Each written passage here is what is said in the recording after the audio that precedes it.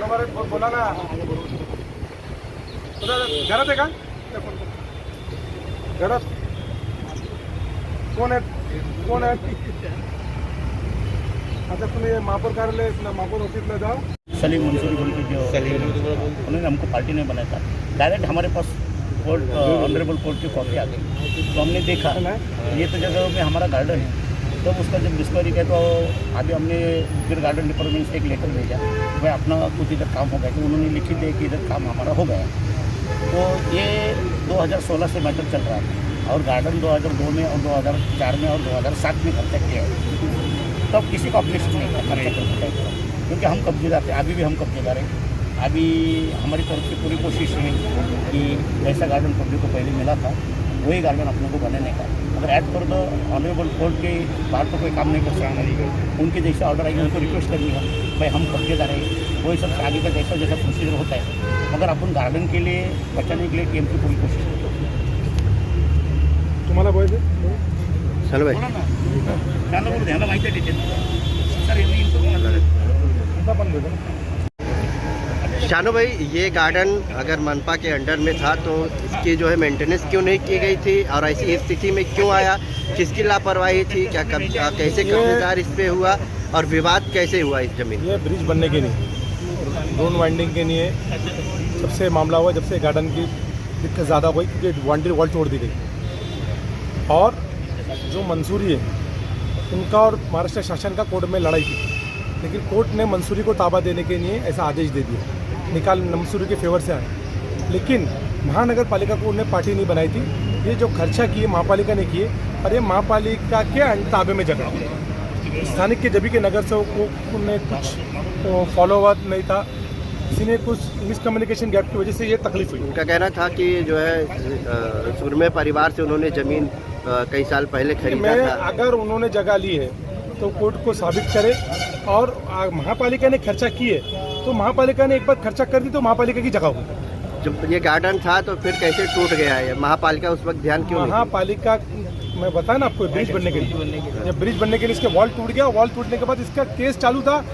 महापालिका को मालूम ही नहीं था, क्योंकि महापालिका को पार्टी नहीं बना, शासन और को पार्टी बनाई गई. जबकि एक्चुअली जो है ये कब्जेदार महापालिका है. पार्टी महापालिका को होना चाहिए. तो महापालिका सारे पेपर अपने सबमिट कर दी, फिर ऑनरेबल कोर्ट जो अपने रूलिंग देते वो उस पर हम सहमति रहती. लेकिन अब महापालिका को हमने बाकायदा पार्टी बनाए और सारे पुरावे के साथ हमारे अधिकारी और हम लोग मिलकर कोशिश करके ये जो जगह थी जैसे गार्डन था पहले, हम वापस गार्डन बनाएंगे. और शहर विकास में इसके संबंधित सारे डॉक्यूमेंट्स के लिए हमने नेक्स्ट वीक मीटिंग रखे. आने वाले वक्त में सारे पेपर की तैयारी के साथ हम ऑनरेबल कोर्ट में जाएंगे. कितनी जमीन है ये गार्डन की? 5 गुंठे. 5 गुंठे. कब तक शुरू होने की संभावना है? कब तक शुरू होने की? देखिए सब कोर्ट मैटर है, लंबा जाएगा.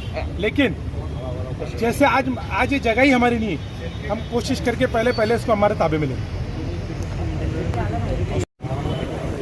वैसे आप जो है शुरू से इस गार्डन को लेकर अपनी लड़ाई लड़ रहे हैं, लेकिन जिस तरह से आज मनपा के अधिकारी और विरोधी पक्ष नेता शानू पठान यहाँ पर आए थे, उनका कहना है कि जो मंसूरी है वो इस गार्डन की ज़मीन को लेकर कोर्ट में जो है केस किए थे कलेक्टर शासन के साथ, लेकिन उनके हक में फैसला है. तो क्या यही गार्डन की ज़मीन है जो कोर्ट ने उनके हक में फैसला दिया है या कोई और ज़मीन है? नहीं जी, ये कोई और ज़मीन है. मेरा नाम ओवैस है और ये 93(1) का कोर्ट का ऑर्डर है, जो कि 93(1) है नहीं. ये जो लैंड है खदान की लैंड है और ये जो नोटिस लगी हुई है उसमें लिखा हुआ भी है कि मेरी लैंड का गवर्नमेंट ने आदेश दिया है कि 93(1) के बाजू में मेरी खदान की लैंड है, उसका मेरी जगह 93(1) है. उसका 7/12 भी जो है 93(1) का है, खदान की लैंड का नहीं है.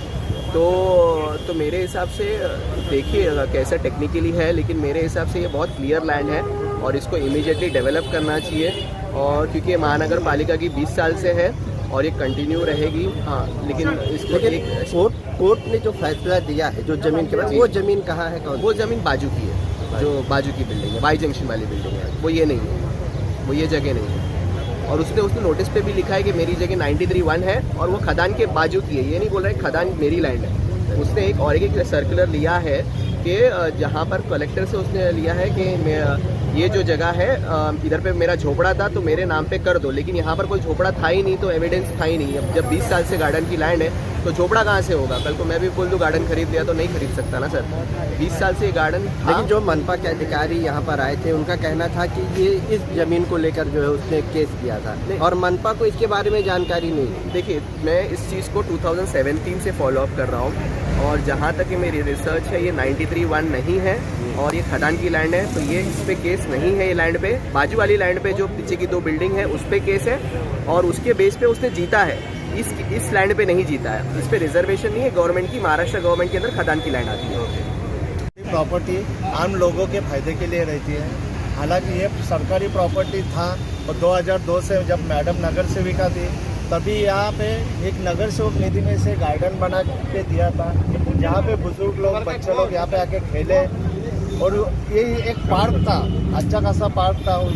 उसके बाद में 20 साल से अपने टीएमसी के कब्जे में प्रॉपर्टी है, मगर आज सामने वालों ने जो कोर्ट में दावा दाखिल किया, हालांकि जिनके पास कब्जा होता है उनके खिलाफ होना जरूरी है, मगर उन्होंने टीएमसी के खिलाफ दावा दाखिल नहीं किया, दावा दाखिल किया कलेक्टर ने और कलेक्टर के लैंड के हिसाब से उन्होंने जो भी दिखाने का वो दिखाया पेपर, मगर ये लैंड जो टीएमसी के हाथ में होने है करके उन्होंने, टीएमसी को पता ही नहीं क्या कोर्ट में दावा दाखिल है, तो कोर्ट ने वन साइड डिसीजन दे दिया। हम लोग अभी पहला तो ये जब पूरा मुमरा में इसकी बात होने लगे, हमारे विपक्ष नेता जो शानू पठान साहब है, हमारे सहायक आयुक्त और उपनगर अभियंता धनंजय गोसावी साहब है, इन्होंने अभी आज दौरा किया। आज के दौरे में पहली मुलाकात है। हम लोग की पहली तो मांग ये रहेगी कि यहाँ पे जो भी कोर्ट का जो डिसीजन आया उसके खिलाफ कैसा हम लोग कोर्ट से जाए, ये पहले हम लोग देखेंगे। हमारी कोशिश ये भी रहेगी कि जो भी यहाँ पे जो रहवासी है उनके लिए अच्छा से गार्डन हो जाए।